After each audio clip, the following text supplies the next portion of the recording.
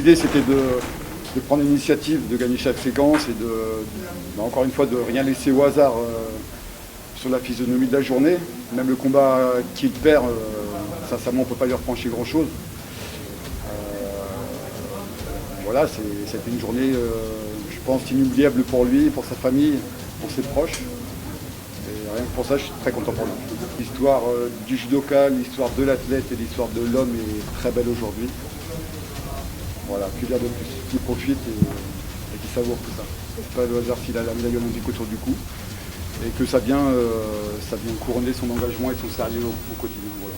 La demi-finale, c'est toujours quelque chose de compliqué. Il y a une grande probabilité pour que ce soit les gens qui gagnent, les athlètes qui gagnent les places de repêchage qui fassent troisième. L'idée, c'était au contraire de squeezer tout ça, de se concentrer sur uniquement la récupération. Et après, faire abstraction de ce qui s'était passé avant, de ce qui se passera après, et bien être focus sur le combat. Je savais qu'il en était capable. Après, entre en être capable et le réaliser, c'est ça qui fait toute la différence. En fait. Et, personnellement, je ne suis pas surpris qu'il soit sur le podium des Jeux Olympiques. Voilà, encore une fois, c'est un exemple, en tout cas, c'est un exemple un exemple d'engagement et de sérieux pour tout le monde, en fait. Du petit au plus grand qui fait de la compétition.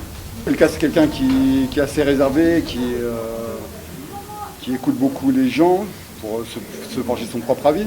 Il est venu sans faire d'esclandre ou sans se mettre en avant.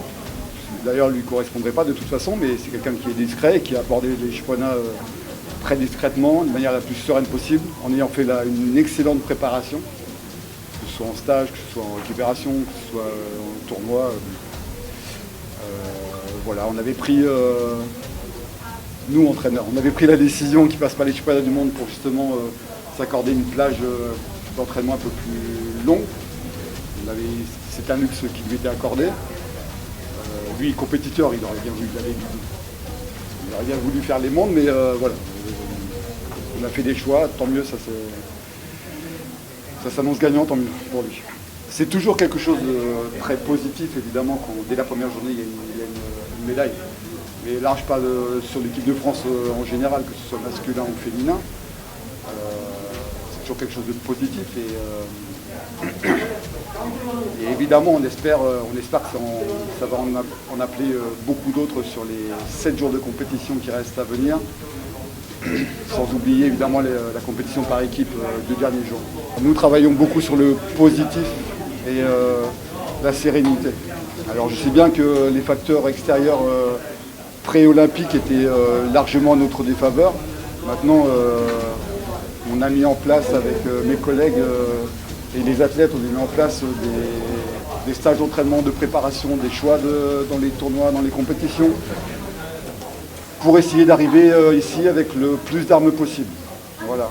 Mais aucunement une revanche de quoi que ce soit, au contraire, c'est que du positif. Sur le travail, il a toujours été exemplaire, sur ses capacités à faire judo, à faire tomber les mecs, ça a toujours été présent. On a travaillé sur son efficacité technique, gommer un peu les déchets qu'il pouvait avoir sur des techniques qui n'étaient pas forcément pertinentes. Et après, c'est lui aussi, surtout, sa capacité à se rendre compte que bah ouais, c'est possible.